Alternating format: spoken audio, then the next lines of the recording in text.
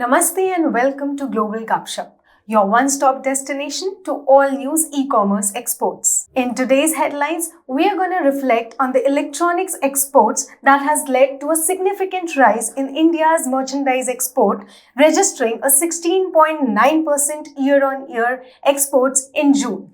This rise can be attributed to the increased focus and policy support that has resulted in the integration of electronics industry in the global value chains, which has led to a boosted production and trade across all countries.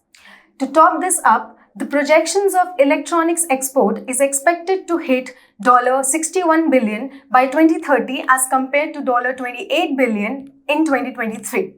For sellers wishing to go global with electronic exports, USA and UAE are the top international markets that can help you in capturing higher sales. For more such news and exports expertise, stay tuned to Global GupShup.